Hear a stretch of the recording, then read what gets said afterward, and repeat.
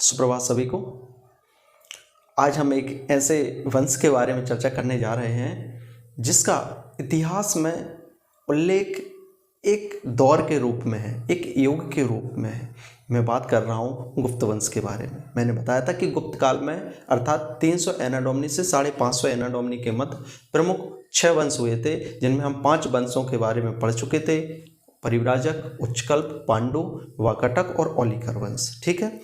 वाकाटक और ओलिकर वंश के बारे में पिछली क्लासेस में मैंने बताया था कि वाकाटक में जो प्रमुख राजा हुए थे प्रवरसेन, नरेंद्र सेन और विंध्य शक्ति हुए थे। बुंदेलखंड वाले क्षेत्र पर इनका शासन था। ठीक है।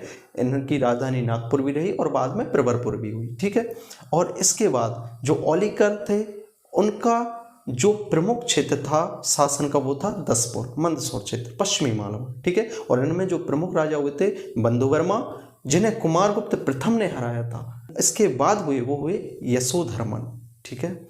और यशोधर्मन ने ही बाद में नरसिंह गुप्त के साथ या बलादित्य के साथ मिलकर एक सौंदनी का युद्ध लड़ा था। किसके विरुद्ध? हुण शासकों के विरुद्ध, जिसमें मेहर कुल की हार हुई थी। ठीक है। यहाँ तक हम पढ़ चुके थे। हमने देखा था कि जो मौर्य शासक हैं उनके बाद ऐसे कोई विशेष शासक नहीं हुए जिन्होंने राजनीतिक स्थिरता बरकरार रखी हो, अर्थात छोटे छोटे शासकों का उदय हुआ और आपस में संघर्ष होता रहा और ऐसा कोई साम्राज्य स्थापित करने वाला कोई भी राजा नहीं रहा।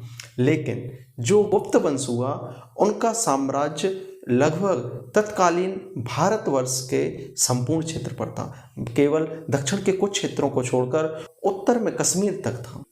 उत्तर में कश्मीर से लेकर पूरब में बिहार, पाटलिपुत्र तो इनकी राजधानी क्षेत्र था, वहां तक इनका शासन था। ठीक है। तो हम चलिए देखते हैं गुप्त वंश के राजाओं के बारे में। ठीक है। गुप्त वंश में प्रथम संस्थापक माना जाता है वो श्रीगुप्त को माना जाता है। ठीक है। मैं केवल स्थापक की बात कर रहा हूं। ठीक है। वास्तविक संस्थापक जो आएंगे वो आगे आएंगे। श्रीगुप्त प्रथम राजा हुए जिन्होंने 275 एना डोमिनी में गुप्त साम्राज्य की स्थापना की, गुप्त वंश की स्थापना की। इनके जो पुत्र हुए वो हुए घटोत्कच।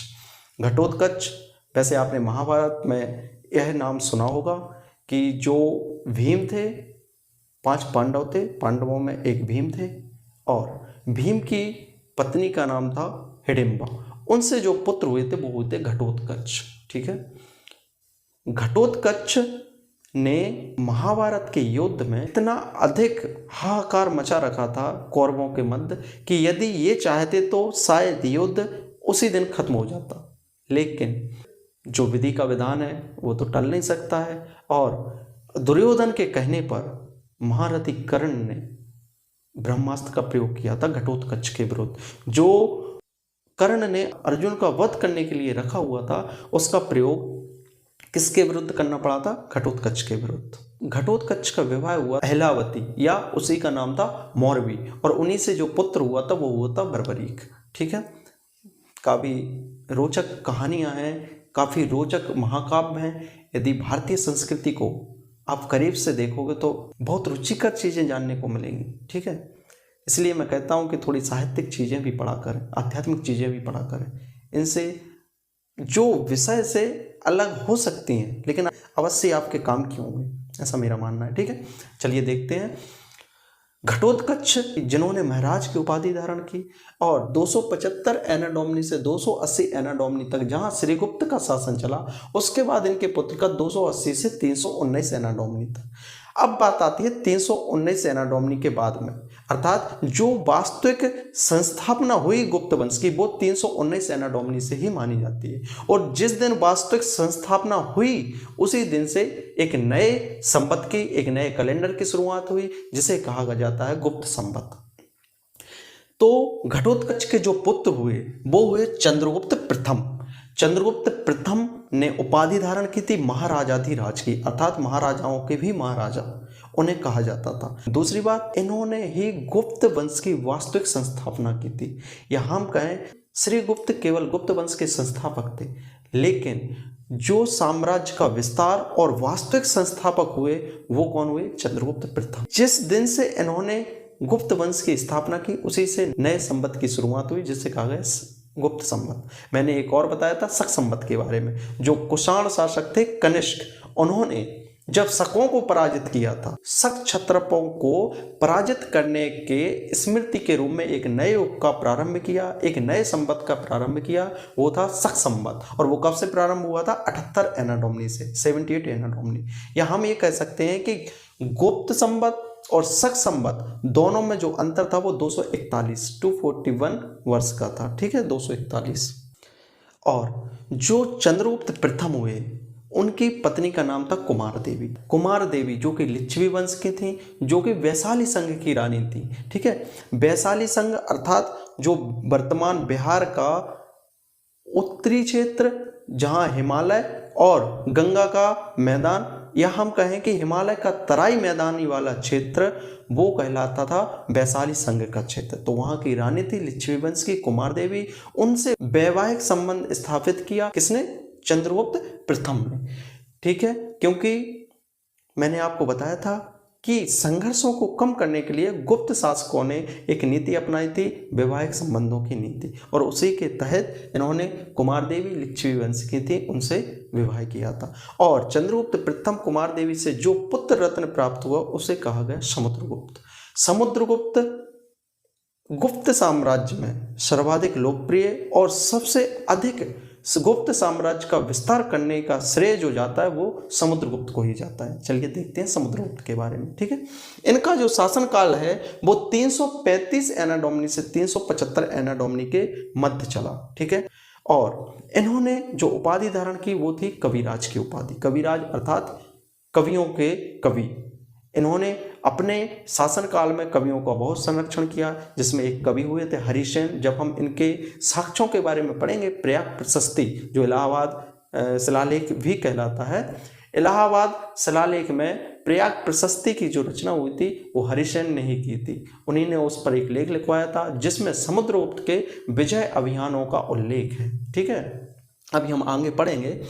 तो समुद्रगुप्त को कविराज की उपाधि दी गई थी और इन्हें भारत का नेपोलियन कहा जाता है। नेपोलियन बोनापार्ट के बारे में आपने सुना होगा। ये एक फ्रांसीसी सेनापति थे और जो फ्रांसीसी क्रांति हो रही थी 1789 से 1799 के मध्य की बात है, तो फ्रांसीसी क्रांति में नेपोलियन बोनापार्ट सेनापति थे और फ्रांसीसी साम्राज्य का सर्वाधिक विस्तार भी इन्होंने किया था। इन्होंने फ्रांसीसी साम्राज्य का यूरोपियन देशों में विस्तार किया और 1815 में वाटरलू के युद्ध में जब ऑस्ट्रिया हंगरी, प्रुशिया और ब्रिटेन, रूस, इनके विरुद्ध जब फ्रांसीसियों का युद्ध हुआ था तो उनमें इनकी हार हुई और इन्हें बंदी बनाकर सेंट हेलेना द्वीप पर भेज दिया गया था, जहां पर उनकी 1821 में मृत्यु हुई थी, 1821 में मृत्यु हो गई थी। तो जब इनकी जीवनी पढ़ेंगे, आप कभी मौका मिले तो जरूर पढ़िएगा, तो उसमें बहुत अच्छी एक बात लिखी हुई है कि मैंने समय को नष्ट किया इसलिए समय ने मुझे नष्ट कर दिया। समझ रहे? इसलिए मैं हमेशा कहता हूँ कि समय काफ़ी मूल्यवान है, अमूल्य है, इसका सदुपयोग करें। ठीक है, जो नेपोलियन बोनापार्ट थे उन्होंने सर्वाधिक फ्रांसीसी साम्राज्य का विस्तार किया और जो एल्प्स पर्वत श्रेणी है वो यूरोप में, उसको पार किया था।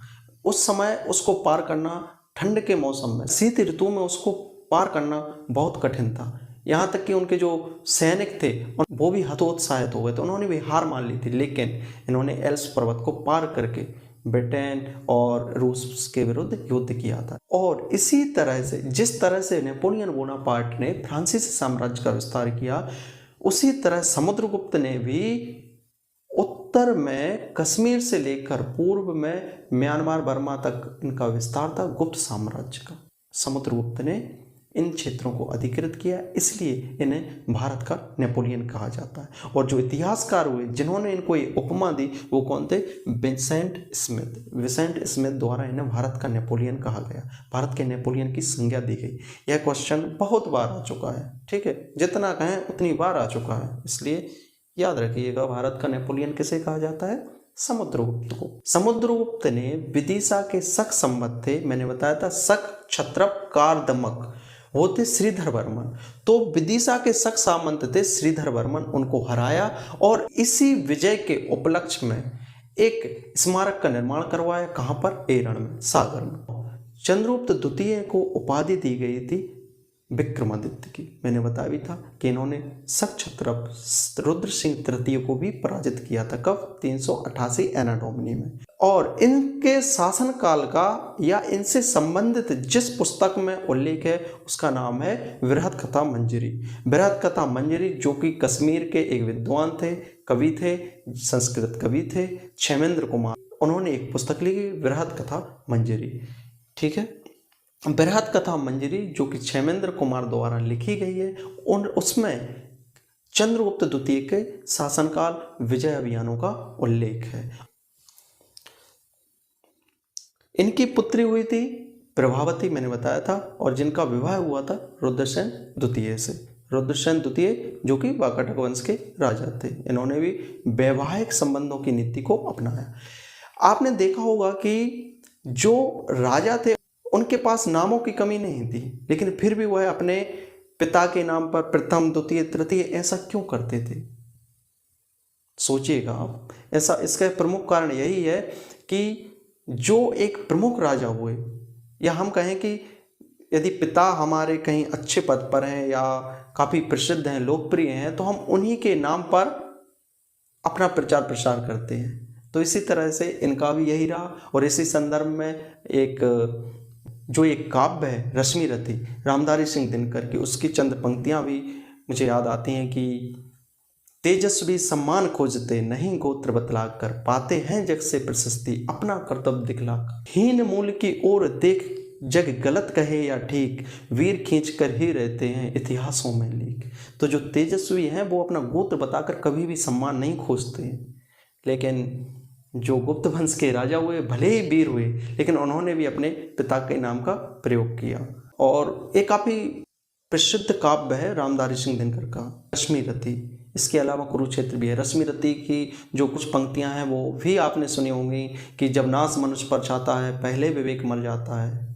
और इसके अलावा एक और जब तृतीय सर्ग आता है, तृतीय सर्ग में एक संवाद है, उसमें कहते हैं कि सच है विपत्ति जब आती है, कायर को दहलाती है, सूरमा नहीं विचलित होते, क्षण तनिक न धीरज खोते, विघ्नों को गले लगाते हैं, कांटों में राह बनाते हैं। बहुत अच्छी कविता है, बहुत अच्छा काव्य है, इसलिए कभी मौका मिले तो जरूर पढ़िएगा रश्मिरथी, जिसमें कर्ण के चरित्र के बारे में उल्लेख है। जो सबसे प्रसिद्ध महाभारत का चरित्र है वो है कर्ण का चरित्र। कर्ण और भीष्म पितामह, दो ही ऐसे चरित्र हुए हैं जो महाभारत को बहुत विशेष बनाते हैं। ठीक है, कभी मौका मिले तो पढ़िएगा। चलिए विषय पर आते हैं, कहाँ से कहाँ चले जाते हैं, चलिए विषय पर आते हैं। ठीक है, चंद्रगुप्त द्वितीय का विवाह हुआ कदम से। कदम रानी कदम थी, उनसे विवाह हुआ और इनसे जो पुत्र हुए वो कहलाए कुमारगुप्त प्रथम। इन्होंने उपाधि धारण की महेंद्रादित्य की। और कुमारगुप्त प्रथम के ही शासन काल में हूणों का सबसे पहले आक्रमण हुआ, अर्थात गुप्त साम्राज्य पर सबसे पहले हूणों का आक्रमण किसके शासन काल में हुआ? कुमारगुप्त प्रथम के। और कुमारगुप्त प्रथम के पुत्र जो हुए वो थे पुरुगुप्त और स्कंदगुप्त। स्कंदगुप्त ने जो उपाधि धारण की वो थी कर्मादित्य की उपाधि। और जो सुदर्शन झील का निर्माण किसने करवाया था? चंद्रगुप्त मौर्य ने। उसमें नहर प्रणाली किसने प्रारंभ की थी? अशोक ने। उसका पुनर्निर्माण किसने करवाया था? मरम्मत किसने करवाई थी? रुद्रदमन ने। और उसके बाद जीर्णोद्धार करवाया, पुनः उसकी मरम्मत करवाई थी किसने? स्कंदगुप्त ने। इसलिए मैंने शुरुआत में ही कहा था कि सुदर्शन झील का उल्लेख आपके इतिहास में बहुत बार आएगा। ठीक है, जो स्कंदगुप्त के पुत्र हुए वो हुए कुमारगुप्त द्वितीय, जिनका शासनकाल 473 एना डोमिनी से 476 एना डोमिनी के तक माना जाता है। मैंने बताया था कि जैसे ही हूणों का आक्रमण हुआ कुमारगुप्त प्रथम के समय, तब गुप्त साम्राज्य धीमे धीमे कमजोर पड़ने लगा था। और हम देखेंगे कि जो अंत के राजा हुए, बाद के राजा हुए, गुप्त सम्राट हुए, वो इतने ना तो योग्य रहे और फिर धीमे धीमे गुप्त साम्राज्य का पतन हुआ। तो देखते हैं कि अब जो पुरुगुप्त थे, पुरुगुप्त किसके भाई थे? स्कंदगुप्त के। पुरुगुप्त के जो पुत्र हुए वो थे बुद्धगुप्त और नरसिंहगुप्त। पुरुगुप्त के बारे में मैंने बताया था कि ये नरेंद्र सेन के समकालीन थे, जो कि वाकाटक वंश के राजा थे। मैंने बताया था बहुदत्त वर्मन के बारे में और माधव वर्मन के बारे में। ठीक है, बस्तर के नल राजा थे बहुदत्त वर्मन। तो पुरुगुप्त किसके समकालीन थे? नरेंद्र सेन के। और इनके जो पुत्र हुए वो हुए बुद्धगुप्त और नरसिंहगुप्त। बुद्धगुप्त नरसिंहगुप्त के छोटे भाई थे। नरसिंहगुप्त को एक उपाधि दी गई थी बलादित्य की। सौंदनी का युद्ध 528 एना डोमनी में हुआ था, जो किस किस के मध्य हुआ था? हूण शासक मेहरकुल और यशोधर्मन, जो कि औलिकर वंश के राजा थे, और नरसिंहगुप्त ने यशोधर्मन का साथ दिया था और मिलकर किसको हराया था? मेहरकुल को। हूण शासक मेहरकुल को हराया था 528 एना डोमनी में सौंदनी के युद्ध में। और फिर यशोधर्मन ने पुनः पश्चिमी मालवा पर किसकी स्थापना की थी? औलिकर वंश की। नरसिंहगुप्त के जो पुत्र हुए वो है कुमारगुप्त तृतीय और भानुगुप्त। भानुगुप्त का जो उल्लेख आता है वो एरण में पाए गए अभिलेखों में भानुगुप्त का उल्लेख है, और इनके सामंत गोपीराज थे, इसका भी उल्लेख है। जो एरण है वहां पर सती प्रथा के जो साक्ष्य मिले हैं वो गुप्त काल के ही हैं, और भारत के केवल एकमात्र ऐसा पुरातत्विक स्थल है एरण जहां से सती प्रथा के साक्ष्य मिले हुए हैं, और वो थे गुप्तकालीन और भानुगुप्त के शासनकाल से संबंधित माने जाते हैं। ठीक है, इन्हीं ने हूण शासक तोरमाण को हराया था। तोरमाण था और मेहरकुल, ये दोनों हूण शासक थे। तोरमाण का पुत्र हुआ था मेहरकुल। ठीक है, कुमारगुप्त तृतीय के जो पुत्र हुए वो हुए विष्णुगुप्त, और 540 से 550 एना डोमनी के मध्य इन्होंने शासन किया। गुप्त वंश के जो अंतिम राजा माने जाते हैं वो विष्णुगुप्त को ही माना जाता है। ठीक है, उम्मीद करता हूँ आपको समझ में आया होगा। बहुत बहुत धन्यवाद। शुभ रात्रि।